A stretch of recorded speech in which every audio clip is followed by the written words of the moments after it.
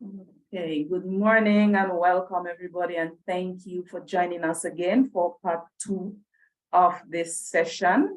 My name is Nikelia Greg-Wakarai and I am a tech with ICA, and today we are presenting to you this webinar under the CARCOM Agriculture Ag-Ready project in collaboration with the Caribbean Climate Responsive Agriculture Forum. And we have with us the project manager, with Shalini Marahaj, and we will have the presentation today by Ms. Luanne Stevens, and our support there, Ms. Shanna Prevo, and we also will have with us Mr. Dr. Chani Sen Martin. And so just to give a brief background to those of you who are new and not aware of what the forum is. So it is a knowledge to action framework, and so it's a regional platform. And if you may not have known, we would have with us today persons from Antigua, and probably as I'm calling out the name of your country, you could give a thumbs up. So normally we have the whole region together, listening and sharing some of the knowledge and their experiences through this forum. And so we have Antigua, Bahamas, the Barbados, Belize, Dominica, Grenada, Guyana. We also have Jamaica, St. Kitts and Nevis, St. Lucia, good morning, St. Vincent, Suriname, and Trinidad and Tobago. And so we have the whole region with us here, lots of different experiences, lots of different accents, and it's always nice to, have that regional community, which is one of our objectives of the forum, is to build a community of interested and engaged persons across the region in the agriculture sector to help us, we know we have a lot of climatic issues to deal with, financial and the works. And so how can we use the forum to build that community? We also want to raise awareness and to share knowledge of, a lot of the climate smart agriculture policy and practices for the region. And, while we are similar, we do experience a lot of similar issues across the region. And so how can we raise that awareness and share the experiences on how each country have been coping and dealing with it? And beyond that, we want to promote coordination, have everybody at least on similar page, similar thought on some of the actions to address some of those climatic issues. And the key for us is not just sharing the knowledge, not just the talk, but how do we put that to action? How do we translate those technical knowledge, those discussions? How do we now implement that on the ground in our policies, on our farms, in our daily work? And so this is what the forum is about. And we are collaborating and sharing the experiences of this Ag-Ready project in the region. And now I'll pass on to Ms. Maharaj, who will give you a little background on what the project is about. Thank you, Nikilia. Good morning, colleagues, and thank you for taking the time to join with us. If for some reason you cannot hear me, please let me know. I'll switch off my video so I have more effective bandwidth. So as Nikilia said, the CCRAF forum gracefully allowed us to feature our 4-part webinar series. And this is really towards the goal of strengthening the foundation for a climate responsive ag sector in the Caribbean. For those of you who weren't here last week, this project is is funded by the Green Climate Fund, with the Bahamas as the lead national designated authority. It is a readiness project, so whereas you may not necessarily have seen tangible assets on the ground, it is, as the name suggested, strengthening that baseline, that foundation for the region, to build a more climate responsive and resilient Caribbean sector.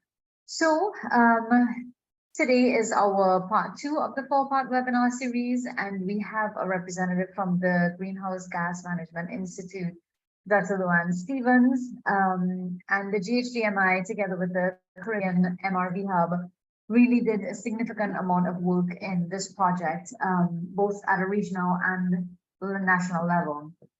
So in terms of capacity building, what Dr. Luanne Stevens here, together with the GHGMI and Caribbean MRV Hub, led several workshops, some of which is to help create or improve on each of the country's national action plans. And the countries that participated in this project and in this training would have been the Bahamas, Belize, Dominica, Haiti, St. Kitts and Nevis, St. Vincent and the Grenadines, St. Lucia, Suriname, and Trinidad and Tobago, as well as regional training on the GHG inventories, national training, more like a train the trainer, where Dr. Luanne led training for farmer groups and extension agents.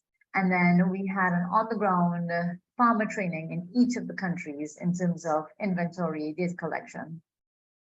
The GHGMI also provided us with a lot of work, and some of the deliverables that they finalized were national action plans for each of the countries, a regional analysis, as well as a national analysis on what's happening in the countries, and they proposed a regional data collection framework, which can then be used moving forward.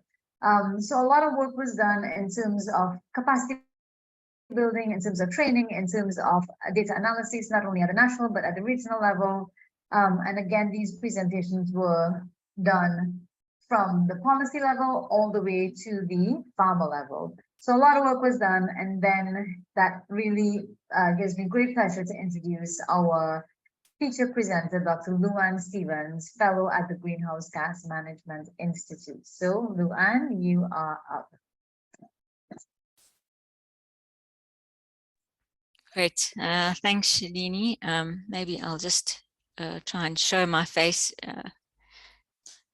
Morning, everybody. Hi, it's really great to be here, and thanks for the opportunity to speak to everybody a bit about some of the activities we had and outputs that we had on this Ag-Ready project.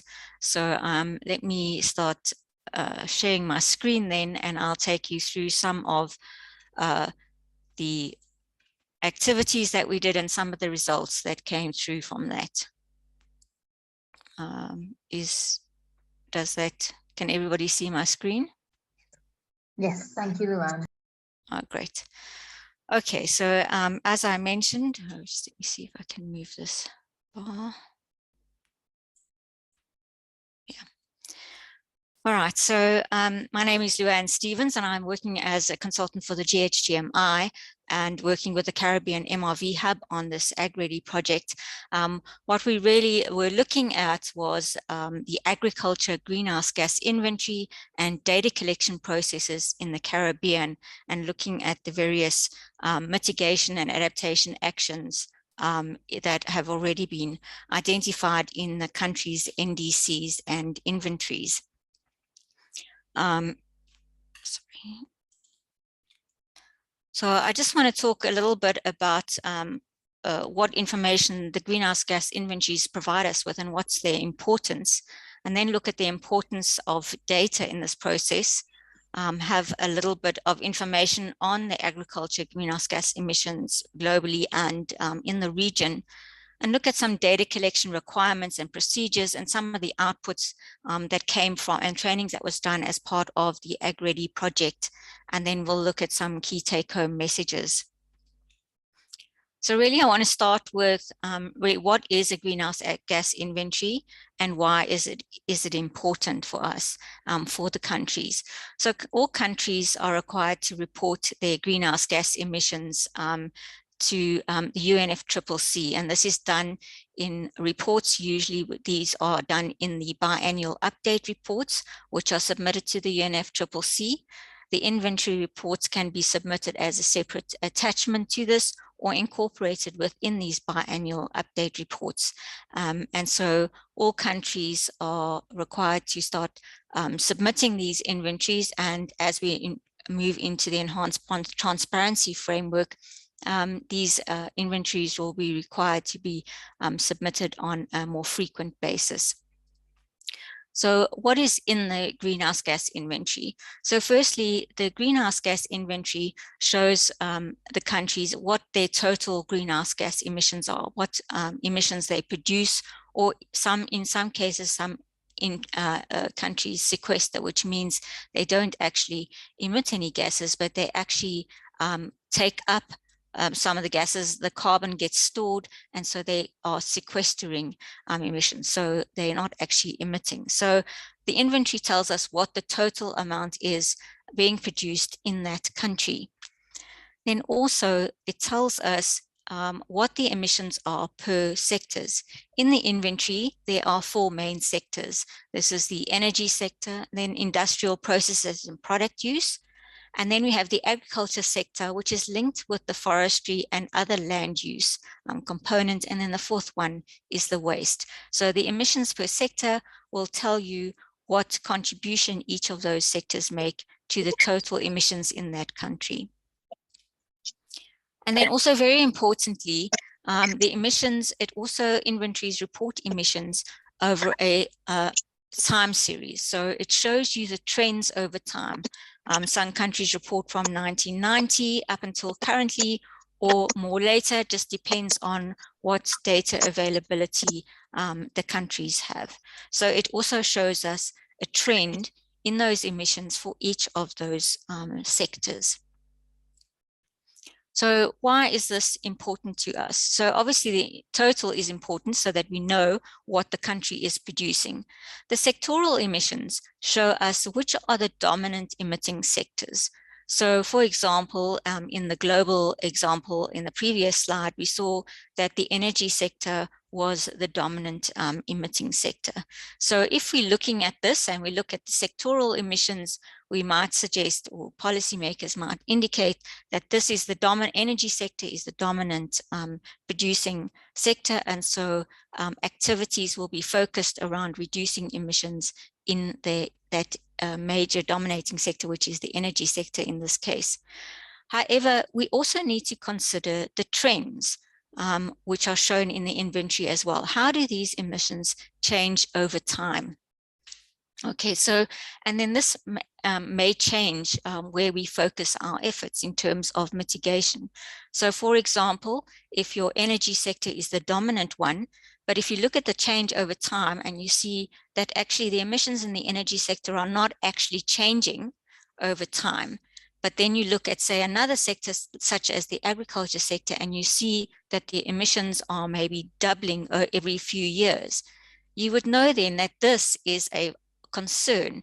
And so the country would need to start implementing actions in the agriculture sector to slow that increase in emissions in that trend. So if you don't have the trend, you might miss out on focusing activities within these increasing trends, because if there's an increase in a sector, then these sectors could become the more dominant emitting sectors in the future if actions are not taken.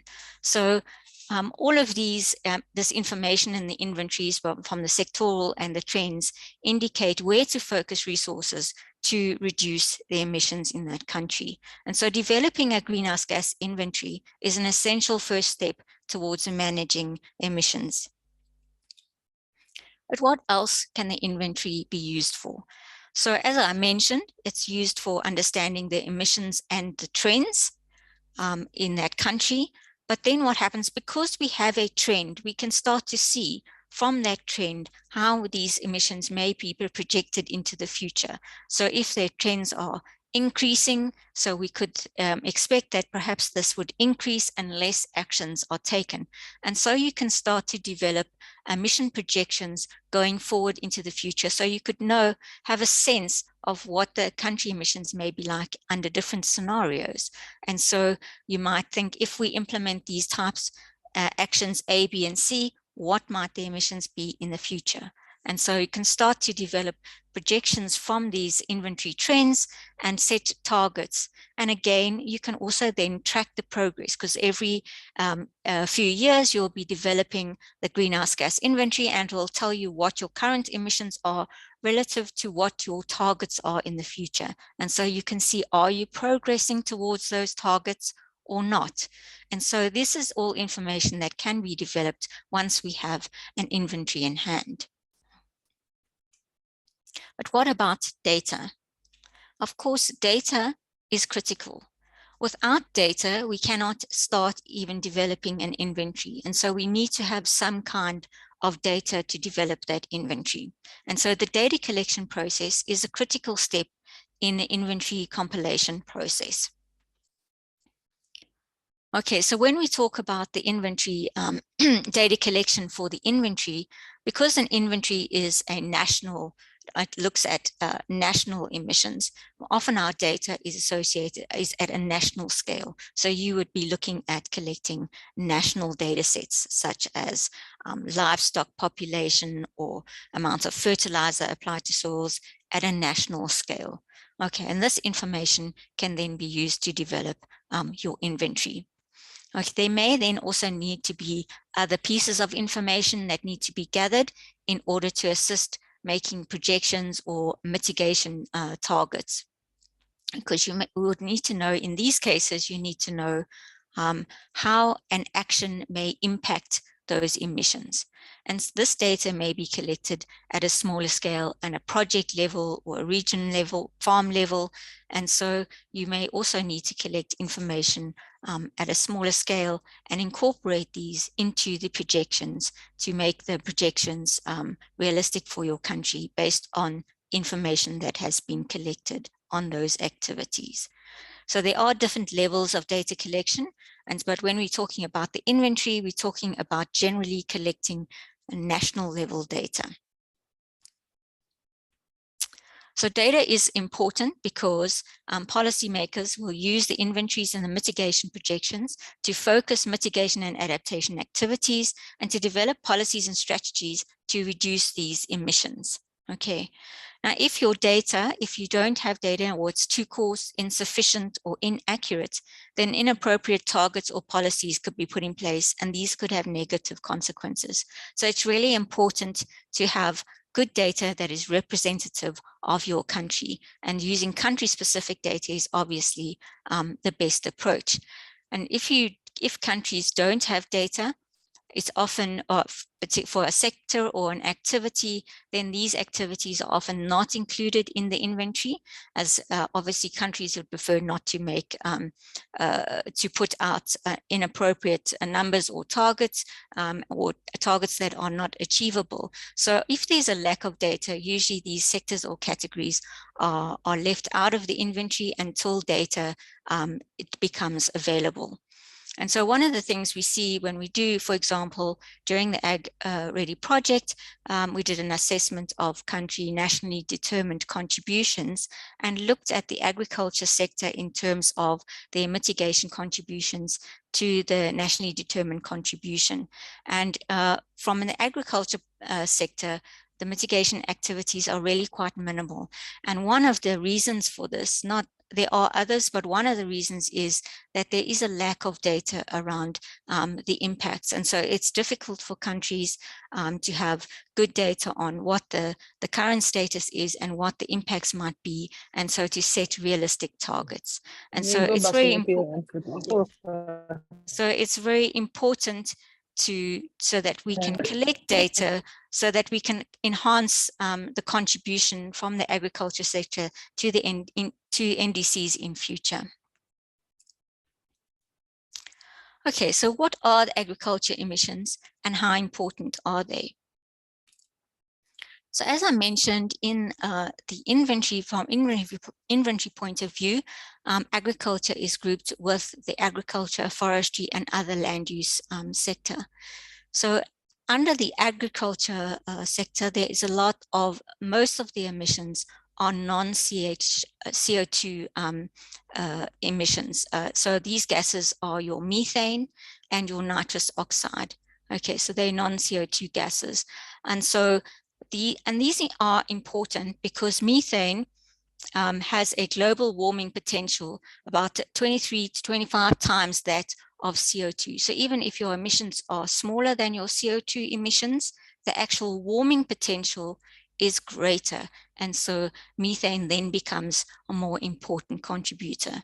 The same with nitrous oxide, which has emissions around global warming potentials, which are around 300 times that of CO2. So even small emissions of N2O can lead to big overall global warming potentials.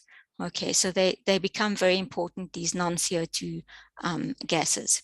And so for the agriculture, we see a lot of these emissions from our livestock, mainly from enteric fermentation, or from the way that we manage the manure. This releases both methane and N2O. Then there's a lot of emissions from agricultural soils as we add nitrogen into the soils, okay, either through synthetic fertilizers, crop residues, urea application. Any application to the soils will lead to a subsequent emission of N2O. Okay, so that's all your nitrogen additions to your soils. And then also crop burning, if there's any crop burning, that leads to all kinds of emissions, both CH4, N2O, and CO2 emissions. And then rice cultivation, if your country cultivates rice, there will be methane produced from these flooded rice paddies. So that are the sorts of activities that lead to emissions under agriculture on your non-CO2 side. Under your forestry and other land use components, we also have CO2 emissions. There's a category for croplands, and this is where we incorporate our CO2 emissions, or sequestration, should we say. So this means that in this area, we look at carbon. So the carbon stored in the plants, so carbon in your biomass, in your tree trunks and your leaves and your biomass, also in your roots, and then also the carbon stored in soil. And there's a large component of carbon that is stored in soil. So these emissions and sequestration are accounted for here under the forestry and other land use. So you would have an emission of CO2 if, for example, you had some land degradation, or you chopped down, you had some agroforestry and you chopped down the trees, or you chopped down your crops, then this will lead to a release of CO2 because the carbon is stored in those in the biomass, and now you're removing it, and so this would lead to a release. Whereas if you have degraded land and you plant crops on those lands and start to grow plants or trees, then you start to sequester CO2 or take up carbon. And so this is removing it from the atmosphere. And so this would also be accounted for within the agriculture sector. So on a global level, the whole of the AFLU sector contributes around 18% to the total global emissions, with agriculture non-CO2 emission components contributing about 14% of this. And if we just look at the non-CO2 contributions of methane, that is methane and nitrous oxide under agriculture, from a global point, we see that enteric fermentation and livestock. So livestock really dominate these emissions. However, when we did an analysis of the ag-ready countries, there's just 9 of them across the Caribbean region, we get a different picture. And so this is why it's good to look closer into your region as to what's happening. So this is maybe not completely representative of the entire area, but across these 9 countries, it's found that actually the agriculture soils component contributes more than that from the livestock section. So your soils become quite important across the Caribbean region. Okay, this is not to say every country is different. This is just a regional perspective. But in some countries, for example, in Suriname, that have a lot of rice cultivation, then rice becomes the dominant one. But across the region, we're generally seeing that the agricultural soils are the greatest contributors. And approximately 9.5% of the emissions, of the total emissions from the region, are coming from the agriculture sector. This is slightly skewed in that this includes emissions from Trinidad and Tobago.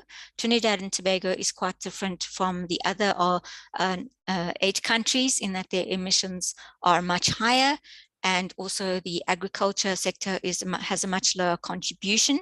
And so if we don't have Trinidad and Tobago in in that, then the contribution from agriculture could go up to about 28%.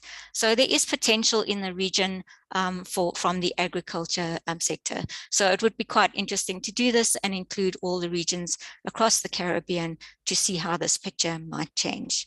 But at the moment, we're seeing that agriculture soils are looking to be the main focus. The other interesting point, as I mentioned with soils, is that it has the capacity not only to have emissions, but to store carbon and to take some out of the atmosphere. So this is very useful and is often has a lot of carbon stored in the fields, and this is influenced by the different types of management activities that we practice in the croplands. Okay, so for example, if you have crop covers or no-tilling or agroforestry, and etc., these types of activities will enhance soil carbon and therefore create more of a sink rather than a source of emissions. Okay, the other thing with soil carbon and sequestration is that it has other co-benefits. And so with increasing soil carbon, you get to see improved soil health and fertility, improved food production and yield resilience. And all of these additional co-benefits prepares farms to better withstand the effects of climate change. Okay, so looking at benefits or implementing actions or activities that have co-benefits is also an important thing to consider. A lot of adaptation activities can have mitigation co-benefits as well. So we need to look at the big picture and try to focus on those that do have co-benefits, because then it's benefiting both adaptation and mitigation. Just a note that, when we're looking we need to look at the whole picture and all the activities occurring in that cropland area, because if you're just looking at soil carbon, you might think, yay, we're taking up soil carbon and this is good. However, if you are using a lot more fertilizer, then you're producing N2O, and so the balance of the uptake of CO2 and the emission of N2O may not be in a sequestration after all. So we need to have a balance between all the activities to ensure that there is actually an uptake of a removal or a reduction in emissions. So we just need to consider all the activities occurring in the agriculture sector.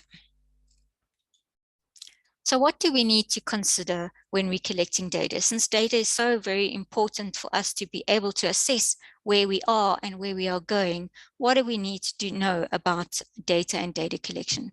Obviously, to understand what data we need to know how the emissions are calculated. Okay, and as I mentioned, with inventories, it also looks at trends and emissions over time. So we're also looking for data sets that are consistent and can be repeated over time or are sustainable over time. Because what we want to know from the inventory is that if there is a decline in our emissions from our inventory, we want to know that that decline is due to actions and activities that that we implemented in our country, and not because we had a change in data source or a change in methodology. So we also need to consider not only data in 1 year, but can we create can we repeat the data collection every year or every few years to incorporate the trends into the inventories. The methodology, again, needs to be standardized, so it's not due to changes in methodology. And so we follow the IPCC standard methodologies, and there are guidelines on all of these for each of the sectors. Basically, we need to have activity data and emission factor. Your activity data are things like your number of livestock, amount of fertilizer added, your management data, and your emission factors can either be taken as default emissions from the IPCC guidelines, or you can develop country-specific emission factors. Okay, so obviously the more country-specific information you incorporate in, the more realistic and your numbers are going to be for your country. So I think firstly, though, we need to look at improving the actual activity data. This is what drives the fluctuations over time. And then emission factors improvements in emission factors can follow. Emission factors are often more complex and more time consuming to develop and may need more resources. And so I think firstly, if countries can get improved activity data and then move to improving emission factors.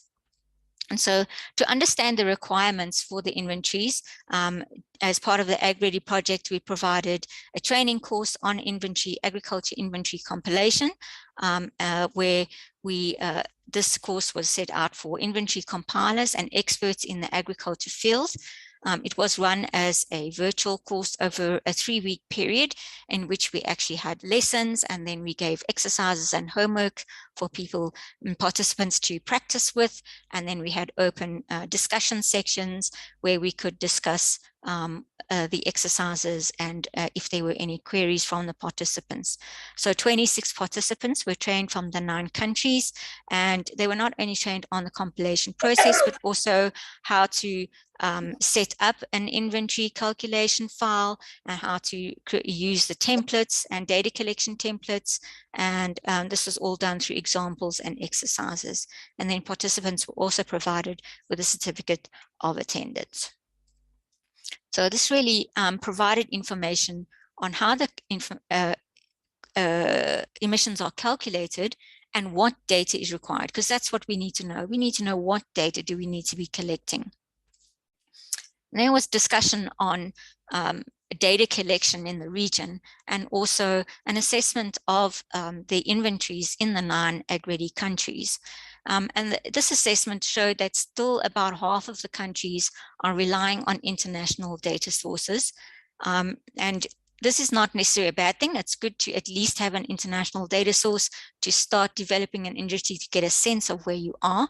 But as you move forward and improve the data, it would be good to replace international data with local country-specific data, because these really show the actual trends and activities that are occurring in the country, because sometimes international data sources may not be collected every year, and so they apply gap filling techniques, and so you don't see all the specific variations seen within the country-specific data. So, but a lot of country-specific data is not collected just because there are many different types of data collection challenges across the region. And some of these are listed here. So, you know, the process of collecting data is informal or uncoordinated in that it's just requested as it's needed. There's no specific agreement to collect certain data sets.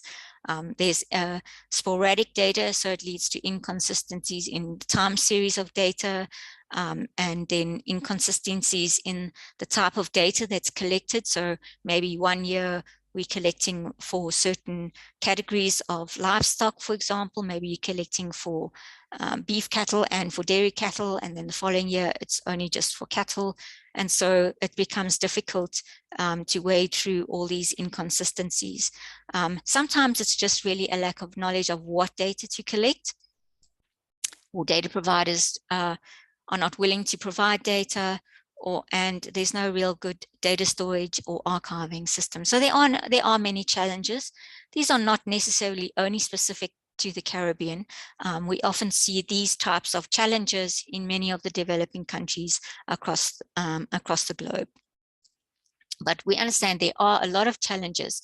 But what I need to point out is that it takes time to overcome these challenges. We don't need to change everything and improve all the data all in one go. Okay, it's a sort of iterative process. So you focus on what data you may need to improve first, what are the important ones, and focus on trying to improve that data collection process for that data set. And then as that comes right, then you bring on the next improvement. So it's not that we need to do this all at once. Some actions that could be considered as countries move forward in updating their inventories. First is to make use of existing data collection systems. I think that we always sometimes focusing on, we need new data collection systems, new templates, but this is not always the case.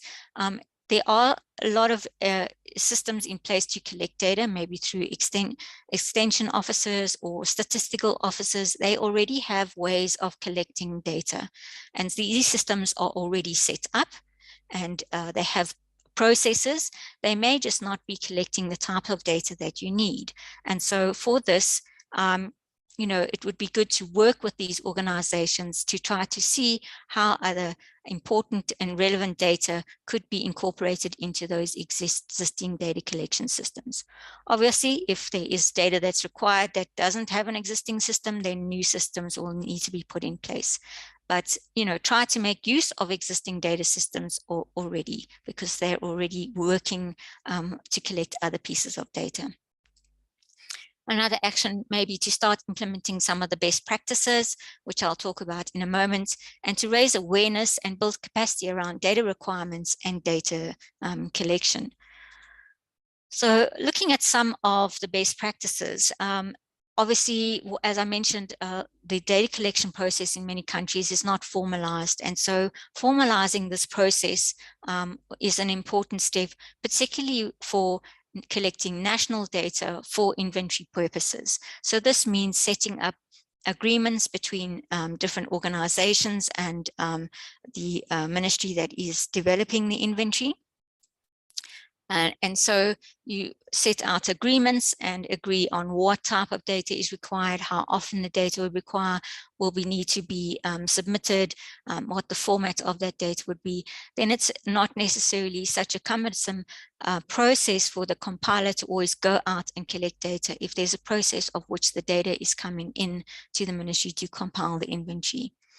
So to develop data collection strategies, to outline the process of who's responsible for what and where and when, and to define and collect the required data. And then the other step that is also quite important is to assess the quality and verify data where possible. So it's also not only just about gathering lots of data, but also we want quality data. We want to know that it's good quality data, where it's come from. And if it can be verified, if there's a second source that can verify the data, then this should be done to prove the quality of the overall inventories. Obviously, there may need to be some gap filling techniques used to fill gaps if data is not collected annually. Maybe it's collected every couple of years. And so there are guidelines on these kind of techniques that can be used to fill those data gaps. Because if you have country-specific data, and it is not every year, but it's every few years, it's still better to use that data than to use international data sources, and you can fill gaps with using the country-specific data. And then the last really point, which is really quite important, not only for inventory data, but for any types of data that gets collected, even if it's at a project level or a regional level, to document the data, associated information with that data. Where does the data come from? Did you make any assumptions? Did you have to manipulate the data in any way? Any of this information is extremely useful to document because it's useful for the inventory compiler to know how best to use that data and where it fits best into the inventory. So all this information provides a lot of background data, and it also provides transparency. And this is very important for the enhanced transparency framework and for inventories, that we're reporting information in a very transparent way. So that, and also it's important for countries to understand, so that if someone does the inventory this year, then it's transparent and clear. If then there's a new person the next time around to compile the inventory, they know exactly where everything came from and how it was used. So this is important just generally for data collection. So raising awareness around data requirements or data needs. So we often say in countries, oh, there's no data, but this is not always true. Sometimes there is a lot of data. It may just be difficult to find, or it might be in a slightly different format, but it could still be manipulated in a way that it can be used in the inventory. Okay, but data providers often don't know what the requirements are. And so it is good to talk to data providers, tell them the types of information that you need and what your requirements are, and then they can maybe have suggestions on what data they have available that could possibly be used. And so they could also maybe collect additional data if they can understand what the requirements are. It's also important to build relationships with data providers as opposed to just going to data providers and saying, we need data. You need to discuss with data providers and indicate to them how you will use the data and what the results, how the results will be used, how important the results are, what the outputs will be. So give them some information so they get a sense of what will be done and how the information will be used. And by building up these relationships, data providers may be more willing to share some of the information. And if there's any benefits to them providing data, then these should be highlighted as well. Again, so just to try to encourage data providers to provide information that may be required for the inventory. And also building capacity in terms of data collection, explaining good practices for data collection. And if you are not using existing data collection methods and have developed country customized data collection templates, it can have training on how to use the templates to ensure everyone is collecting the data correctly. And also, you'd be surprised, a lot of data providers are very interested in how the data is going to be used and how the emissions are calculated. It may be of interest to them or to their organization or to their farm to understand what their emissions are so that they can then work out themselves if they change their management practices on their farm or in the organization, what implications this may have for emissions. So just generally providing information and keeping people and data providers interested really helps the data process move along. So as part of the AgReady project, some products were produced to support data collection activities. And as Shalini mentioned, a regional data collection framework was produced. This is just a document that draws on information from the IPCC methodologies and just discusses a data collection process of how the steps step you through the data collection process.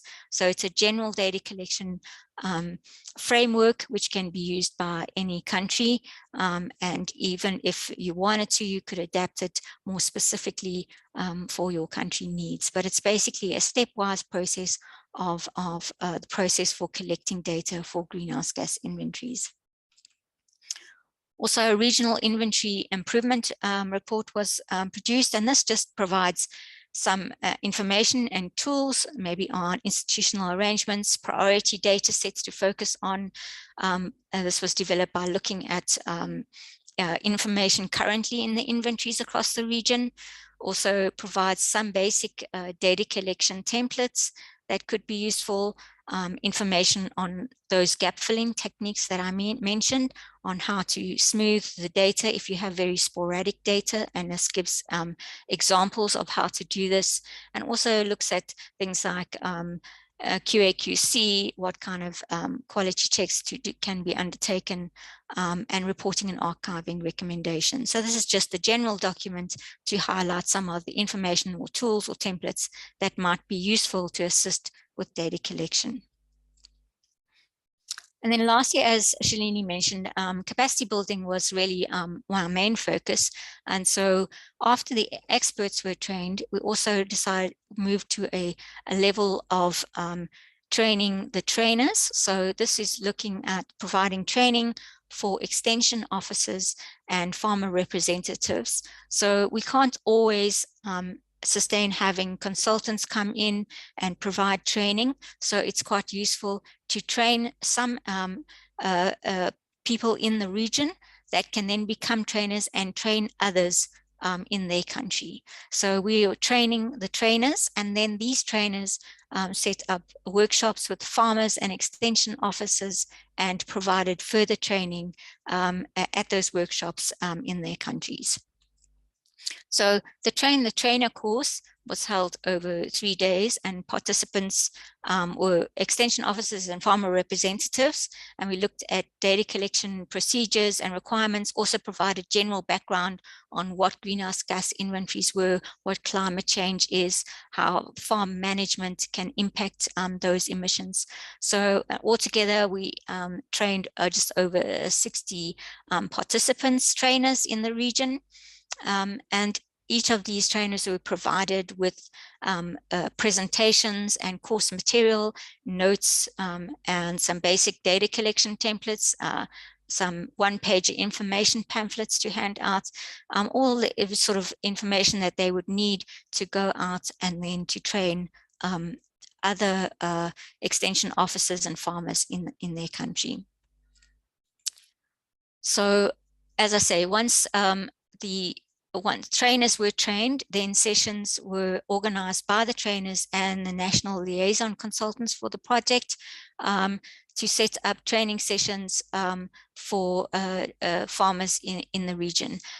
We did look back at feedback that was given during the trainers course on what the participants thought about the course that had been developed, and some simplifications were made because there was some discussion that we still needed to, it was still quite technical and we needed to simplify that more to get the message across to the farmers. So we worked with the trainers to do this, and we also assisted trainers and the liaison consultants to make country-specific adaptations to both their presentations and their data collection templates to make, so to ensure that presentations would meet the country needs.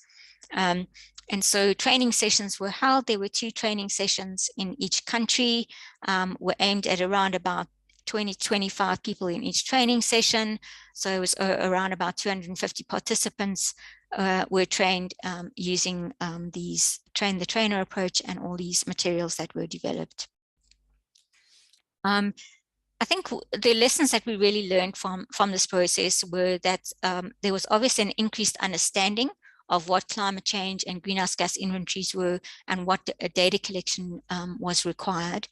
And what, interestingly enough, it was noted that farmers were more willing to share data after they had been through this training course. So this just shows that, you know, having an understanding of what's going to happen with the data, what it's showing, what it indicates, can encourage people to provide more data.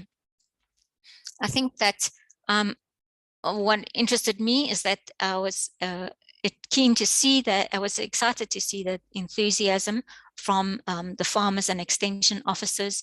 They were very keen and very involved in the processes and doing the exercises, and they were all keen to have more information. They wanted more information, or booklets or templates that they could take home to do record keeping on their farms or things like that. So there was a lot of enthusiasm and a call for more information. So this will be considered, can be something that can be considered in the next round of projects that will come up.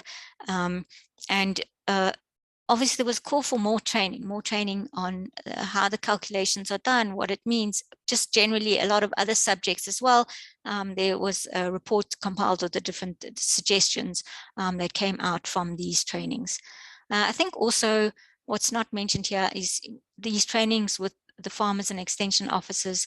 I found this very interesting, and I learned a lot from this process, in that, you know, we always have the technical side, and then we have the people on the ground, and this process of trying to translate the technical information and translate it to farmers and extension officers who work on the ground in the field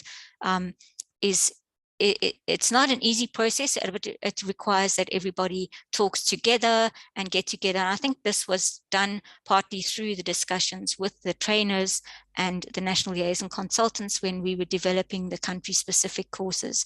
And I think this is very useful, not only to get a course for the farmers, but to also for the technical people to learn more about what's happening on the ground, the difficulties on the ground, and what, how we can adapt the information and provide them with suitable and useful data collection templates or information that they can actually use. So you really get a transfer of information both from the technical and from in the field side. And so I think this sort of approach worked well, although we can probably do more of it in future projects. Consider this getting together to discuss best approaches for conveying the information and the relevant kind of templates to the people on the ground.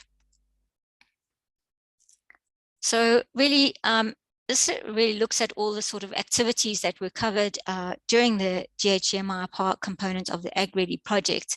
And so what do we really want to take home from this is that data is critical. We need to have data to be able to understand where we are, what are our current emissions. So where are the countries at the moment in terms of their emissions?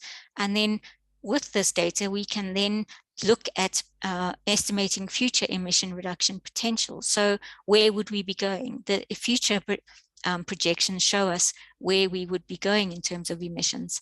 And then importantly, it helps focus where the mitigation activity should be, in what sector and in what categories. And so appropriate policies can be put in place to manage these emissions. And so this will show us how we are going to get to those targets that the country is aiming at. And of course, best practices and capacity building and awareness are very important for improving data collection processes for inventories. And with improved data, this improved data will, through these updated inventories and projections, enable the agriculture sector to play a more prominent role in the climate change solutions, as we'll be able to say what emissions we have now and what we may be able to reduce in the future. And so incorporate these agriculture more into the NDCs in the future. So hopefully this information will be useful in assisting countries to get to that stage. I know there's still a lot of work, but hopefully during this project we've provided some background tools and methods that can be taken forward in the various countries. So yeah, thank you very much, and I hope that was useful, and happy to take any questions, or if anyone wants any more information on any of the outputs that I've discussed here, they are welcome to get in touch with me. So thanks. Thanks very much, Luanne, for this in-depth presentation. Easy to follow, easy to understand. For the participants, Luanne would have gone into the whole GHG inventories, what that is, how the agriculture sector fits into that, and the contributions of the region as it relates to agriculture. We went again into what was done under the project, and go into the required training for that. We do have some questions in the chat already. Persons, please, if you have any questions, any comments, even had an experience with the whole GHG inventory, feel free to share those. You can type your question or comments in the chat. You could also use the raise your hand function, and once called upon, you could ask your question or give your comment. And so we will take the, yes, Kentisha, you can go ahead. Good afternoon or good morning, depending on which country you're in. Hello, everyone. Thank you so much. Such a wonderful presentation. I do have a question based on possible maybe success stories, lessons learned, and case studies. Has there been any country or any organization that has been able to monitor this data by being able to require it at farmer registration? I know, so for example, in some countries, farmers have to register with a national database or with the government. If after training, if this was ever used throughout the government mechanisms or throughout these data collection mechanisms to be able to source data and be able to locate different areas of high carbon output. Yeah, I think that we did discuss using farmer registrations. I think it was possibly in the Bahamas that we spoke about using farmer registrations. We didn't actually collect data from farmers from these registrations, but we did mention it as a possible data source. So any because it's something that is already done, and it's a mechanism by which data could be collected. So it's a really good point, and it is something I think that can be used, so that as farmers register, you could ask for small bits of information, or maybe already look at what information is being collected during those registration processes, and maybe even just add on 1 or 2 additional questions. Then a lot of information can be gathered through those processes. So that's sort of what I was talking about in terms of use existing systems. So if there's any system whereby farmers are registering for anything, maybe even for insurance or disaster, it could be one of those mechanisms by which through which data could be collected and used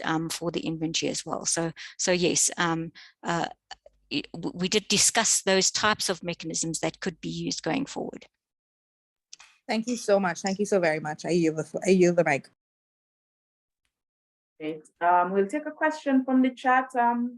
So some 2 persons are asking, will the various trainings be repeated, or will there be an opportunity for the trainings again? As under the Ag-Ready, yeah, sorry.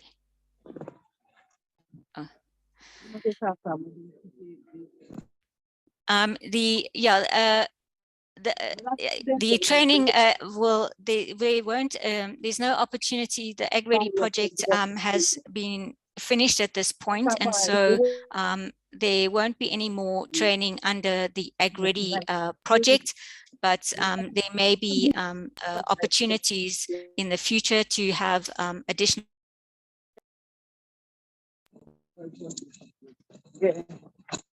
Oh, Luanne, your microphone is muted.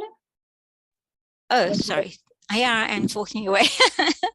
I was just saying that there won't be any more opportunity for the training courses. Won't be run again under the Ag-Ready project, as this has come to a close, but there may be opportunities in projects in the future to run more trainings, and also perhaps through the Caribbean MRV Hub, who does do some training through summer schools.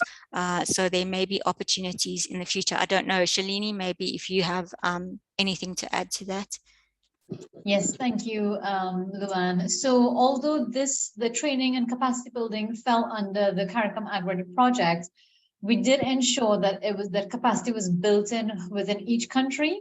So we do have representatives who were trained, and then they went on to train other persons. So it was a train-the-trainer type capacity building, where we do have persons in each of the countries who were trained, and then they have that capacity to move forward. So what we could probably do is we can maybe take a look at what resources there may be, even though the project is completed.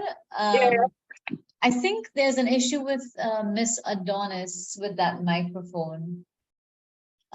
Right, so what we can do is we do have persons in there who have the capacity, so we can probably take a look at each of the officers in each of the countries, and then see what can be done in terms of resources, even though this project has been completed.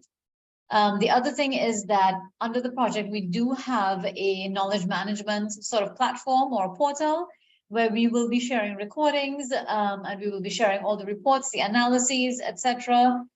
We have a lot of workshop reports, etc. So all of these will be available to you. So we do have options, even though the project has or is in the process of completion, we do have options where we can sustain and continue this capacity building. I hope that answers your question. Thanks, Luanne. And yeah, I think I saw a chat about just trying to find out who the representatives are in the various countries. So it might be useful to put together a list of the people that were trained in the different countries, so that everyone can connect with them. Yeah, I think but that's yes, a great idea. yeah. And what we can do is we can upload it under the folder, and then we'll share it with all the participants. So that's part of the post workshop handouts as well. So Yeah, thanks, yeah. Luanne. No, it's a pleasure. And you know, as I say, if you don't come right, you know, welcome to get in touch with me, and I'll put you in touch with the right people. Yeah, thanks. The persons also can contact for easier access. They can contact their local ICA offices for additional information there as it relates to that. We also have another question, Luanne. What are some main steps to effectively collect data on a national level with regards to data storage archiving system? Sorry, what was the first part of I heard about the national system? What did you say in the beginning? I didn't catch that. What are some of the main steps to effectively collect Okay. data on a national level?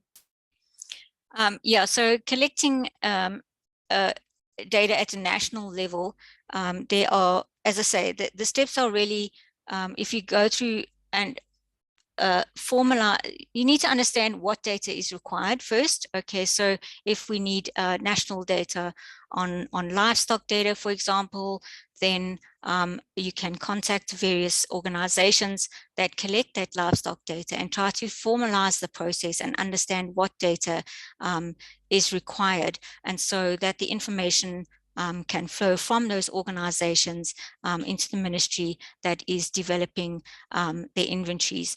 But I mean, and this applies to all the data sets. We need to firstly discover what information is out there and what can be coordinated, and then set up formal processes. It's there in terms of storing the data. A lot of, not a lot, countries are starting to develop sort of online data collection systems, where you can store all the information related to the inventories. And so if you have, you can keep track of information or formal data that comes into the system, can be documented and stored on these online systems. And there's only a few countries that have started to develop these MRV online systems, but I think that there are also a few that will be developed possibly through CBRT funding. And so I see that countries are starting to develop these archiving systems. And so I think really to identify who the main data source providers are in the country, and then to set up an arrangement with them to provide data into a central system, so that instead of having the compiler every year go out to one-on-one people and try and collect data, as this is quite time consuming. So in the chat, we have a few persons, saying very great presentation. It was very informative and useful to them. Also, we have Eric, who is stating that great job on raising awareness on the importance of data collection and use cases of the data being collected, and how to extend the awareness and process to grow this idea of training to grow persons to conduct this. And they are very interested as an aspiring Bahamian farmer and agronomy students. We also have Ms. Green there. Perhaps such data could be collected as part of the national census, not with the census per se, but via the office set up to do so and the mechanisms. And she is also interested in, potential summer school training opportunities. Eric is asking, is it possible to connect with the people in Bahamas to learn from them? And so you could contact your ICA office in the Bahamas, and they could provide you with a bit more guidance on those, but I don't think Bahamas was part of this project. And so you could just contact ICA and we could guide you accordingly. Yes, Wilson, you go ahead. Yes, how will the collection of the data and the implementation of the directives that data will give us impact the quality of life of Caribbean people? Yes, that's What's in a it for very me? good question. What's in it for you? Yes, I think that often I realize that inventories and emissions is really way out there, and I so think you're mute me. I can't hear you. can every Yeah, we can hear you. We could hear can hear her. can you Mr. hear Can you us? hear Batiste? me? Yes, Luanne, we can hear you. Mr. Batiste, can you hear this microphone?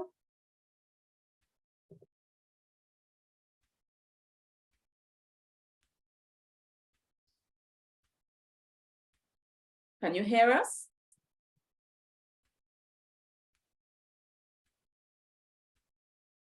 Mr. John Baptist, you could hear us? Yes, I could hear you all Okay. now. Yes. Okay, In other great. words, the Caribbean man on the streets is saying, what does that have to do with me? Yes. Okay, so yeah, it's a very good question. As I say, a lot of this discussion about inventories and emissions is quite foreign to the people on the ground, because it's really more about adaptation and resilience for the people on the ground. And so this is why I think that we need to link, and it's really quite important in the agriculture sector, is that a lot of the adaptation activities are linked and have co-benefits for mitigation. We are just not really putting those into the equations and looking for that in the inventory emissions. And so we're doing adaptation, but we're just not looking at the co-benefits. And so I think from an agriculture point of view, I know the emissions are difficult, but they are linked with the co-benefits of then producing, as I say, but at the same time as sequestering carbon, you're improving the soil fertility and then the productivity. And so these are all linked together. And so I think it's important when we speak to people on the ground to highlight those points, maybe not to focus as much on emissions, but to talk about it in terms of adaptation and resilience, because they are quite closely linked in the agriculture sector. Yeah, Nikhil, probably I could come in here. Are you hearing me clearly? Yes, Yes. we could hear you. Yes, Wilson, a very good question. I just wanted to tell you, actually, that is the question that informed that project development, not the high level thing. It is really from that ground here, how we could actually do that. So it is very rooted in the ground coming up, first of all, not from the top down coming. I just wanted to clarify that for you. And one of the main things, I know we did not go into detail as to the project and how it was designed, but one of the main things is simply a question of, can we... Somehow I'm not hearing you either. Okay, is everybody else hearing me? Yes. Yes. I'm not hearing you in the cage. I think it's an issue on his end. I'd love to hear Shanice and Mars, but I'm not hearing it. All right. You could probably work on your end, Wilson, because I think everybody else is hearing me. And let me know if you hear me now. Yeah, we can hear. I'm hearing you now, yes. Okay, great. So Wilson, I was basically saying that the exact question is the root of why we developed that project. It really started from the question of the farmers on the ground and how we could translate that need through the formal mechanisms that drive climate financing at a regional and international level. How do we tie that ground development into that? And the basic thing that we realized is that agriculture needs to develop sustainably. There are opportunities to do that.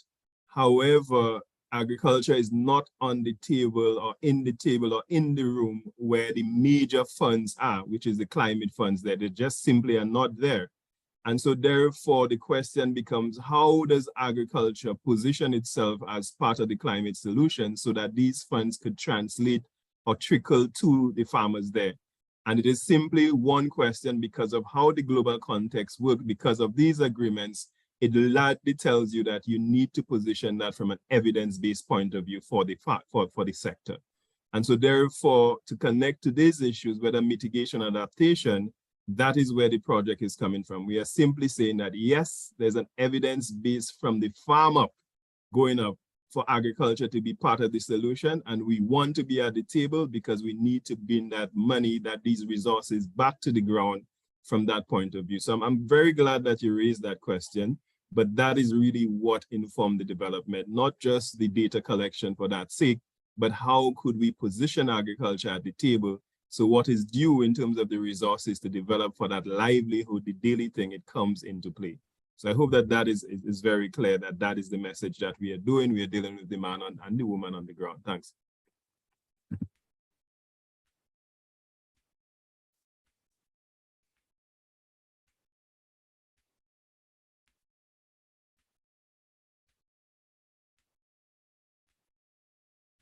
Thanks for that addition there, Chani. Does anybody else have any questions or any comments that they would like to share? In the meantime, I would have posted a poll just to get some feedback from you on your screen. If you could take just a few seconds, a minute to answer them. Do we have any additional questions? If not, at the moment, Luanne, if you just want to give, a little quick wrap up, and then we will close off officially. Great. Yeah, no, thanks. Thanks to everybody for giving us this opportunity to speak. I really, I learned a lot actually from the process as well, and really talking to the people on the ground. I think that is really what struck me as being very important to ensure that everybody's on the same page from the ground up. And so we learned a lot from that. And hopefully we managed to translate some of this into the reports and the templates that we provided in the end. So we hope that the information and the training was useful, and we look forward to watching this space to see what comes out in the future, and how the agriculture in the Caribbean region can be represented. I look forward to that. So thanks very much.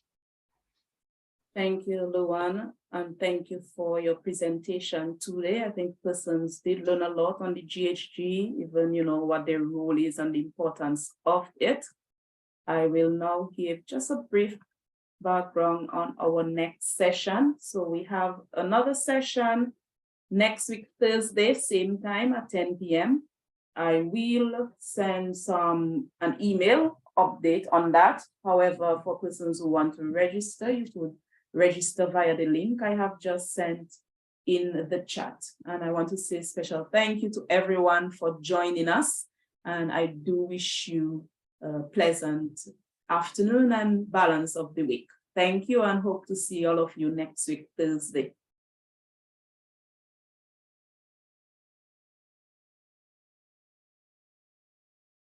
All right, it was most definitely a pleasure meeting everybody. And I am very optimistic in seeing the strides that will be taken in the future. And I hope that we can partner together and come in unity and achieve a better goal, because collectively our output can be a lot better than what we can do singularly. So I'm pretty much excited about what the future can hold. Thank you very much. Thank you, Eric.